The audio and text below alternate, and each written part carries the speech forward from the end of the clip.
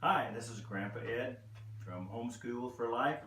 We're covering a four-part series of our covering about how God told Noah to build the ark and gave him instructions to do so and so forth. And it's in chapter 6, verse 9 of Genesis, and it goes all the way through chapter 9, verse 17. Well, we're covering it in four parts, and this is our second part. So you can go back and review the first part if you haven't seen it already. So in chapter 2, we're going to talk about what God actually said to Noah and his family. So I just kind of want to read a little bit of that because I want to give you the exact instructions. Because God is a God of instructions. He tells us exactly what to do if we'll just listen.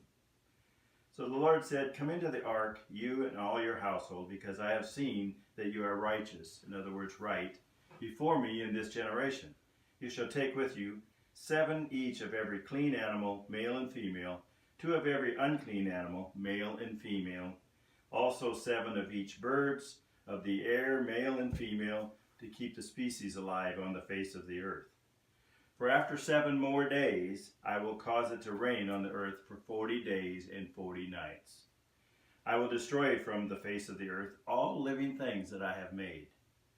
That was the instructions that he gave Noah at that particular time. So he was readying Noah to get all the animals on board so that when he started the flood, everybody that he wanted alive would be right there in that ark. Noah did all that the Lord had commanded him to do.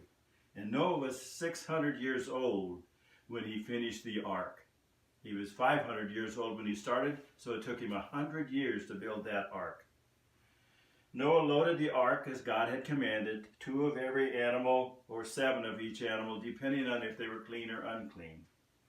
Then God shut the door. Water came from the great deep, and water came from the heavens for 40 days and 40 nights.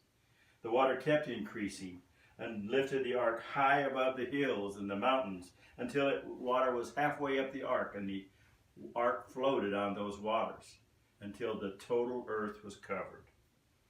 God destroyed all living things that were on the earth at that time.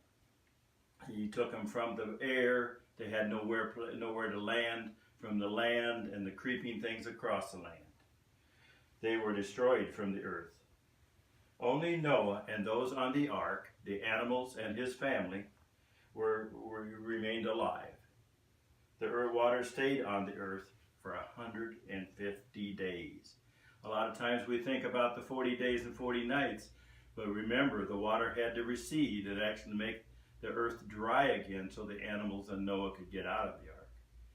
So next week we're going to cover what happened after the flood and after they got off of the ark.